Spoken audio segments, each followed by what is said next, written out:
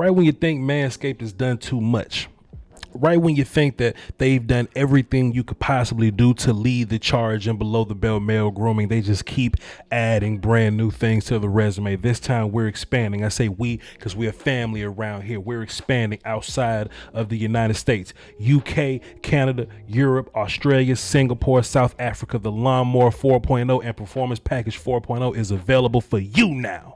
Around these parts, we use the Lawnmower 4.0. It's a top-tier electric trimmer. It's the fourth version of it because Manscaped is always looking to make improvements. It features replaceable skin-safe blades that help cut down on grooming accidents. It's rechargeable, so there's not a need to always buy new batteries. It's waterproof, and it has a built-in LED light for those hard-to-see places. Manscaped has this new Performance Package 4.0, which comes with the trimmer, the weed whacker to get rid of all those pesky nose and ear hairs, ball toner, ball deodorant, and if you order now, you get a free pair of Manscaped boxers, which I've already graduated to my lucky draws. I'm wearing them now. And you get a cool little travel bag to hold all your goodies in. So that's what we're going to do, ladies and gentlemen. Voch says this: we're going to save you some money, some Canadian dollars, some Danish krones, and whatever money they use in South Africa. We're going to save it for you, right? You use my promo code VOCH, VOCH, VOCH at checkout after you've gotten your lawnmower, your anything. You can get everything on the website. Just click everything one time, maybe even twice. Give some to your friends, right? But whatever you do, use my promo code VOCH, VOCH to get 20% off and free shipping. All right? That's manscaped.com, ladies and gentlemen. Your balls will thank you. Let's talk about Hard Knocks.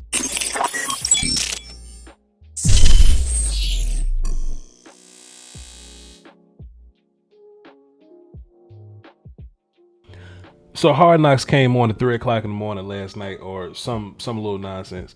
And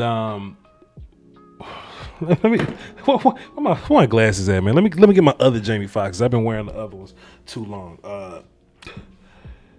Dak, my motherfucking quarterback, dog.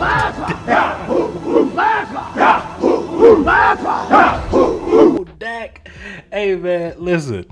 If 4 doesn't get you excited, if 4 didn't have you ready to run through a wall for him, man, four gets it done. 4 puts the nipple on the titty, bro. I'm glad that dude's my guy. I'm glad that dude's my quarterback, man. And you know, Hard Knocks kind of confirmed what we were always thinking. Like, first and foremost, let me say this: Hard Knocks is a big confirmation. It's a show about confirmation, right? And you know, people were worried that Hard Knocks would be in the way, but I went to Oxnard. They weren't in the way. They got some good things done. And it's just extra content for us on our Super Bowl campaign. You know what I'm saying?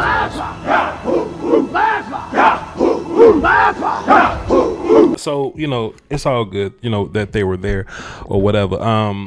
But I just found it interesting, right? Because, you know, normally that first episode of Hard Knocks, that's when they get the storylines going or whatever, because they're trying to hook you in for the rest of the season of Hard Knocks.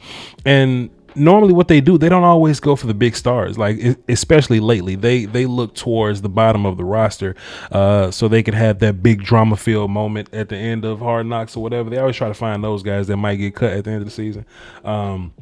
Hey, go get what's his face, bring him in here. Yeah, man, you know, you've been great, man. We just got to cut you. We're just gonna go in a different direction. You know what I mean? They want that storyline. But what you notice with this Cowboy first episode, they went all stars. They went Dak, Zeke, Jerry Jones twice, Mike McCarthy, and Micah Parsons. You know what I mean? So it wasn't a whole bunch of tomfoolery going around. They got Isaac Alarcon, number 60, Isaac, but you know, I got Hispanic friends or whatever, so Isaac Alarcon. They showed him for like 20 seconds talking about the cake that Dak got hit in the face with, you know what I mean? And normally on a normal first episode of Hard Knocks, they'll be chronicling his ass, you know what I mean? But that's what Dallas does. That's what the Cowboys do. You notice also with these uninteresting teams, they'll put a free episode on YouTube for y'all to watch. You know what I mean? Like, hey, y'all, come and watch this free episode of Hard Knocks. They ain't doing that with the Cowboys, dog. They know that this is gonna be boosting the ratings. They know that the Cowboys put the satin on the panties, so they're not gonna be, you know, fooling around with that too much. But I just wanted to give some of my takeaways and some of my reactions to what I saw last night. I was gonna do this show last night, but like I said, man, Hard Knocks want to run their show at 5 in the morning. You know what I'm saying? You gotta wait all day to get it. Then, you know, just being up for an additional 30 minutes to an hour just to talk about it. It was gonna be tiresome. And I wanted to give y'all the proper energy here. And I mean, talking about energy, bro, like Dak gives you everything you want, bro. He gives you everything you want, you know, like, you know, the whole telling the story about his ankle thing. I mean, we expected that to be a thing, but boy, we got Dak cussing. Hold on, let me put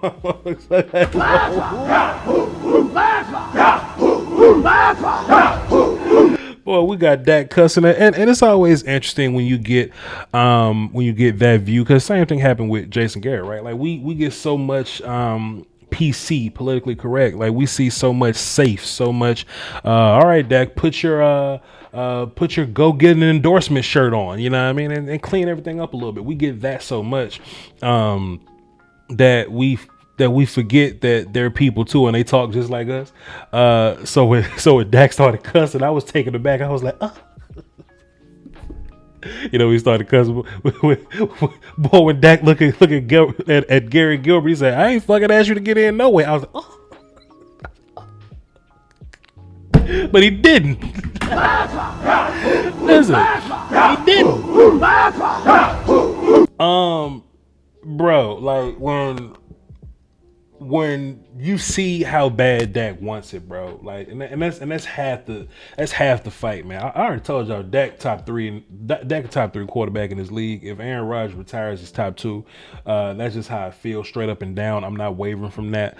But you see, he's worked to get there, man. He's worked to get there, and him sitting down so long, it was eating at him. You know what I mean? You can see how bad he wants to get involved, man. Carson Wentz would have kept sitting down. You know what I mean? He would have stayed. Like these other cats, they would have sat down and got their breaks. You know what I'm saying? These other cats, hey, let Ben DiNucci get some throws. You know what I'm saying? These other guys were like, all right, Ben, go ahead and get some throws. Dak says, you got me fucked up. You not getting no throws around here. I'm not coming out this bitch.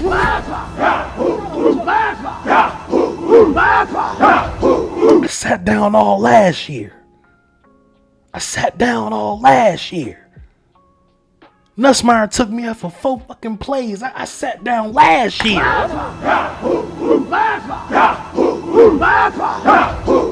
Hunger. Drive.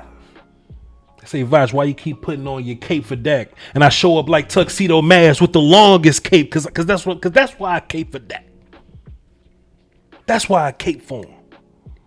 That dude wants it.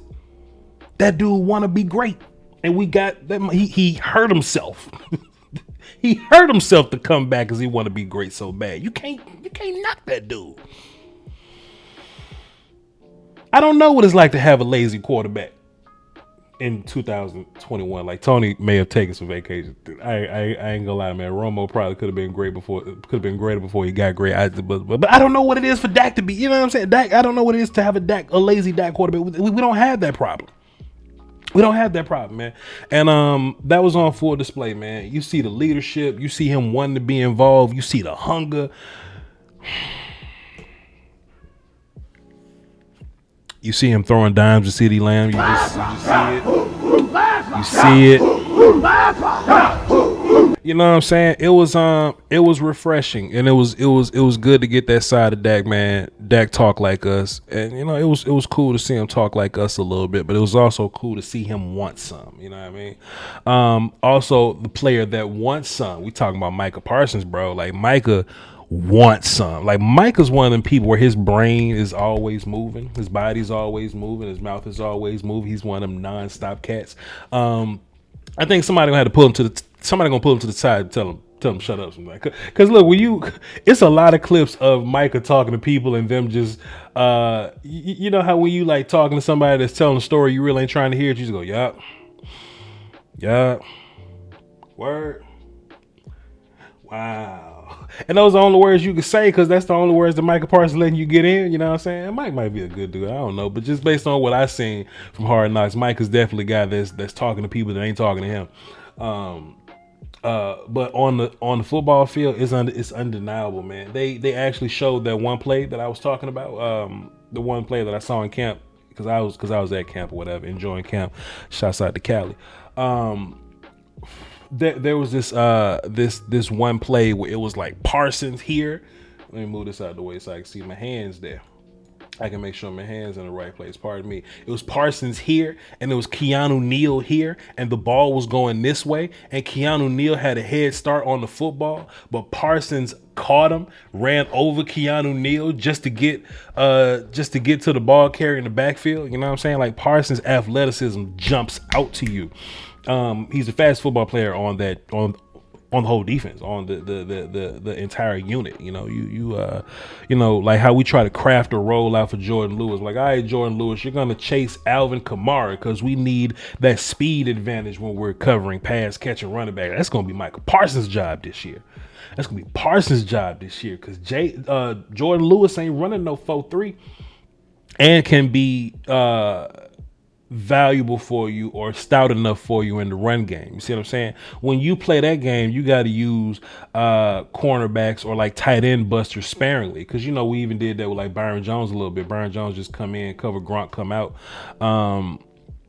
But those dudes can't always be valuable in the run game because they're corners and they're you know, they're just a little bit smaller. But if you go back and look at that first look that we got in the Hall of Fame game, you can go watch my video. I'll link it at the end if you want me to. If you take a look at that first look, it was a 3 linebacker look, you know, and nickels normally are base, but if Jalen Vander Esch and Micah Parsons are our 3 first guys out there, you know, Micah's athletic enough to run around with some guys out there, you know what I mean? So it's going to be interesting to see how he's used or whatnot. What I really liked about Dan Quinn is that he's constantly teaching. Like, every time we saw Dan Quinn, he's teaching somebody something. And not just in a practice setting, not just like on the sideline or whatever, but like when Micah came out the game, he was like, "Hey man, tell Mike to come to the phone." And he picked up, you know, they talked to Mike on the phone or whatever. He say, "Mike, what you got on?"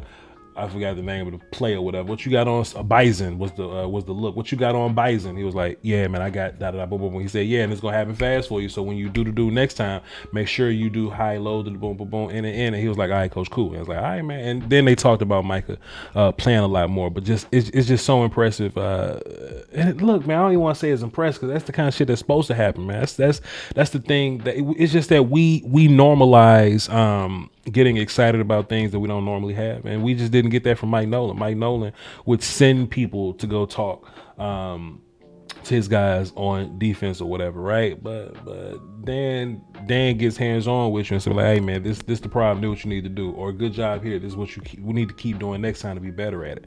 And I think that's going to shine through. What my glasses at so I can say this. Do y'all think Dak Prescott sends Ben DiNucci to the store to get him tater chips and juice?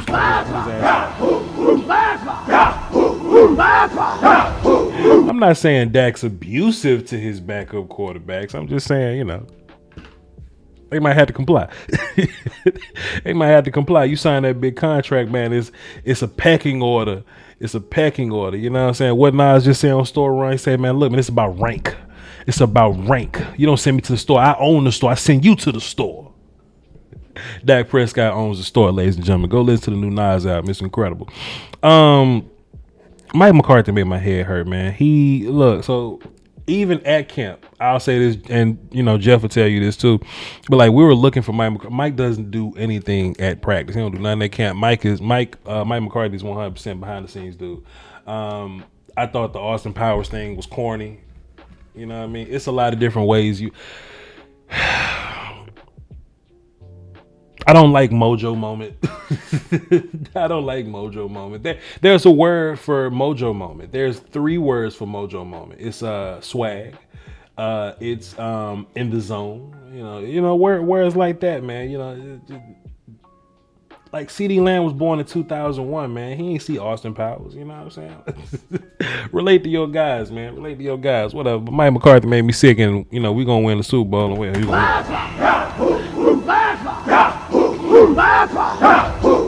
gonna win the Super Bowl. He's gonna get a whole bunch of credit for a lot of shit he didn't do, and it's gonna make me sick. But whatever. Zeke was a little smaller. We ain't got to really touch on that too much. We saw Zeke. We know the deal with Zeke. Zeke gonna be right. Zeke gonna be right. early in the episode, they started off with the Jerry Jones press conference or whatever. They wanted to get those tears to build that drama. Hard Knocks trying to win an Emmy. They're trying to get a Television Academy Award or whatever. So they're going to get that moment, of course. But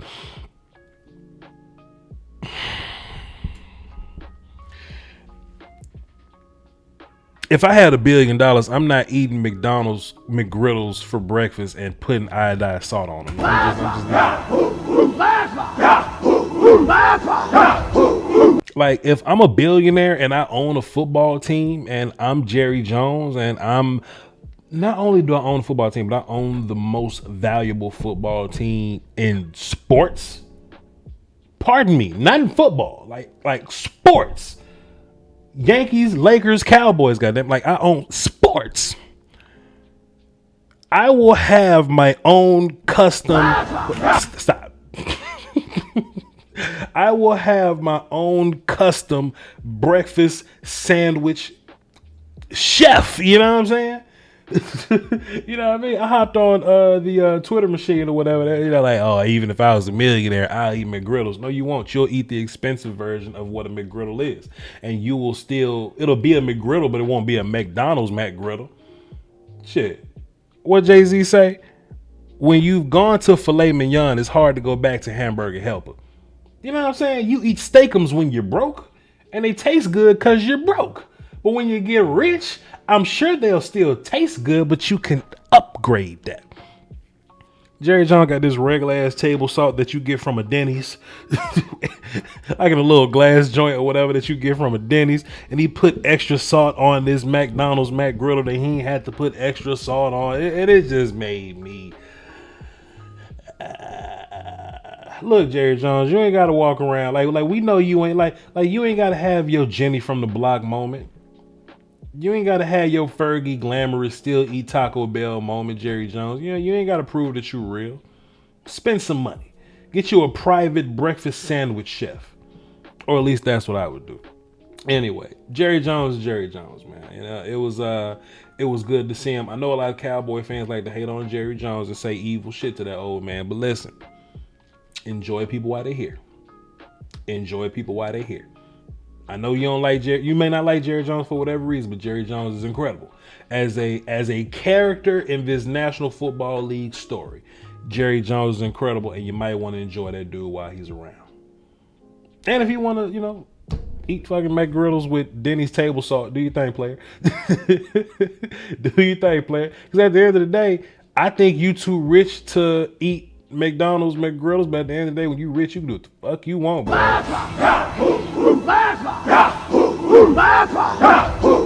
Shit, boy, Jerry Jones walk into McDonald's, somebody say, Jerry Jones, come out of there. You too rich for McDonald's. Jerry Jones, I ain't coming out of this, bitch.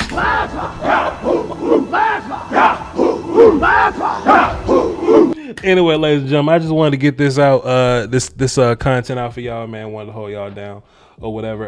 Before I got my workout going. It's going to be a very busy day for me. Ran 5 miles yesterday. I try to run 5.5 today because you try to get better and stack great days. You know what I'm saying? That's what Jason Garrett taught me. Hey, man, y'all hold it down for the... No, pardon me. Shouts out to Manscaped. Shouts out to Manscaped for holding us down. Being great, getting us through the season. They're going to be partnering with us until December. Pardon me. They're gonna be partnering up with us until December, and then when the playoffs come around, we can renegotiate and talk all that talk. You know how we do, especially when the Cowboys go to the playoffs. Manscaped gonna have to drop their bag on me. No, I'm playing. Appreciate you, Manscaped.com, for holding us down. Promo code Voch, VOCH. And for the rest of y'all, you hold it down for the Doski, Woski, Peace, Whiskey. Till next time, Shalom.